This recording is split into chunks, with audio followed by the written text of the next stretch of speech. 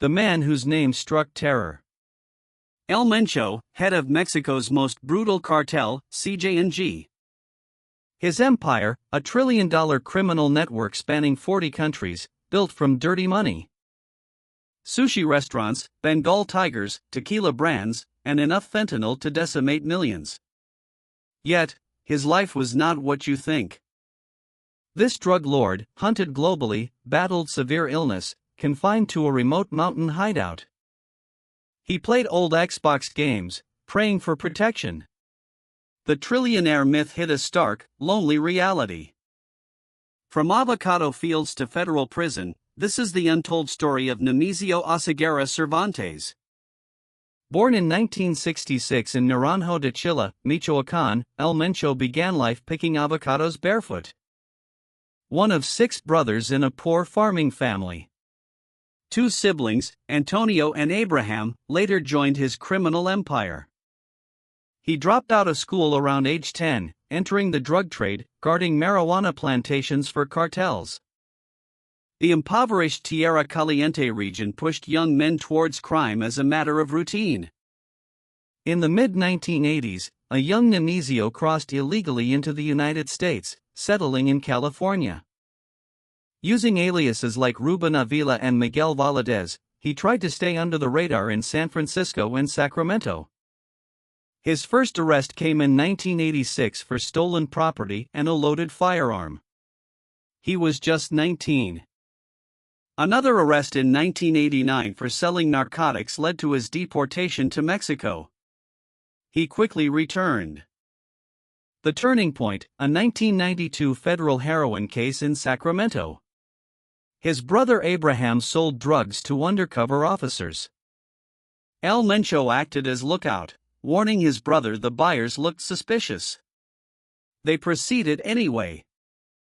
Facing a jury trial in 1994, he pleaded guilty to conspiracy to distribute heroin and received a 5-year sentence. He served 3 years in a Texas correctional center, a facility housing many undocumented immigrants. Released on parole in January 1997, at age 30, he was deported to Mexico once more. During his California years, he met Rosalinda González Valencia, sister of the influential Abigail González Valencia, El Queenie. This marriage linked El Mencho to one of Western Mexico's most powerful criminal families. Upon his return to Mexico, El Mencho did the unexpected. He joined the Jalisco State Police Force. He served in coastal municipalities, along strategic Pacific trafficking routes, gaining insider knowledge.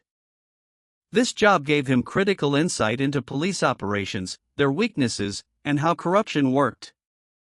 By the late 1990s, he left the force and joined the Milenio Cartel, a Michoacán-rooted Sinaloa offshoot. He started as a hitman, bodyguard, and enforcer for key Milenio leader Armando Valencia Cornelio, El Maradona. His marriage to Rosalinda already set the stage for something bigger, a strategic diplomacy via marriage.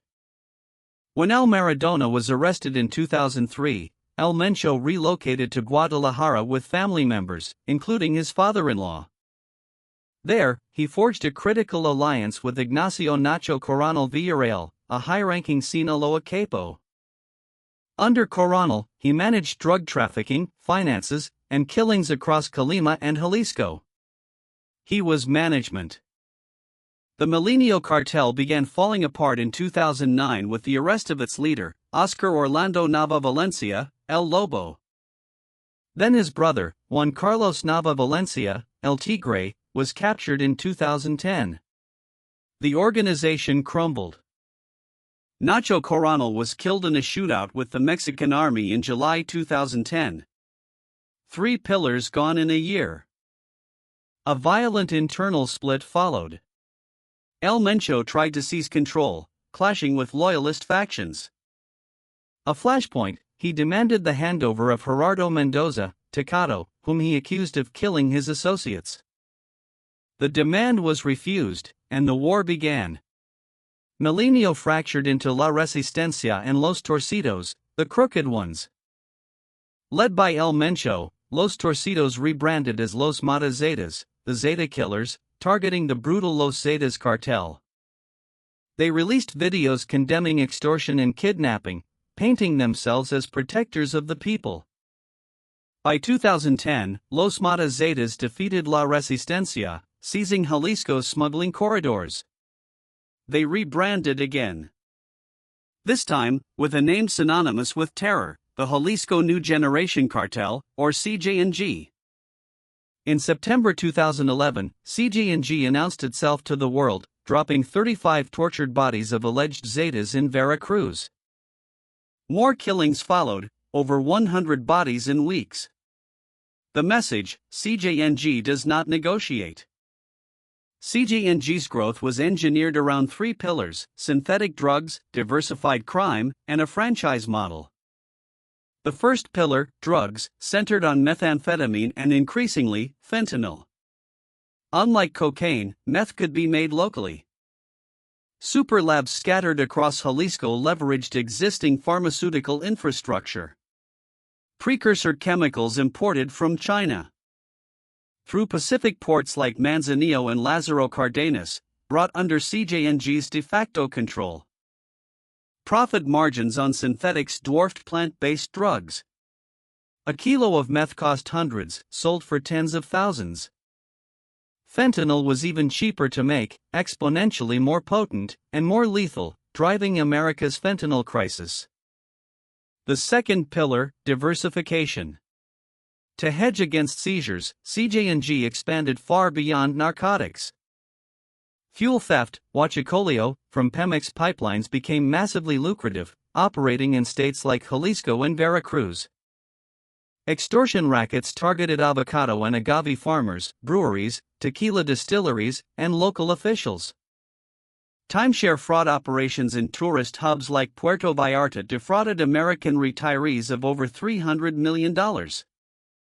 Human smuggling, kidnapping, illegal logging, mining, and cybercrime all fed the cartel's main river of revenue. The third pillar, the franchise model. Instead of direct control, CJNG affiliated with semi-autonomous local cells across Mexico. These smaller groups operated under the CJNG brand, gaining access to supply chains and protection. CJNG fighters wore uniforms, carried assault rifles, RPGs, built improvised armored vehicles, and deployed drones. Drones used for both surveillance and explosive attacks.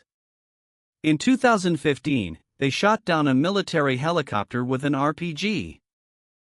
That same day, they killed 15 police officers and set up blockades to prevent security forces from closing in. CJNG's growth was far beyond a drug operation. It was a militarized empire, estimated in the tens of billions. His personal wealth was deliberately obscured. DEA intelligence estimated his fortune at a minimum of $500 million. But these figures were based on indirect assessments, informant intelligence, and financial forensics. The actual number was unknowable. El Mencho's entire system was built to keep wealth invisible. The engine of concealment, Los Queenies, CJNG's financial arm, run by his brother-in-law, El Queenie. Front businesses were the visible layer. Sushi restaurants and tequila brands operating as cash-intensive laundering hubs. Real estate, agricultural enterprises, gas stations, construction, music promotion, all part of the scheme. El Mencho's wife, Rosalinda, served as chief financial operator until her arrest in 2021.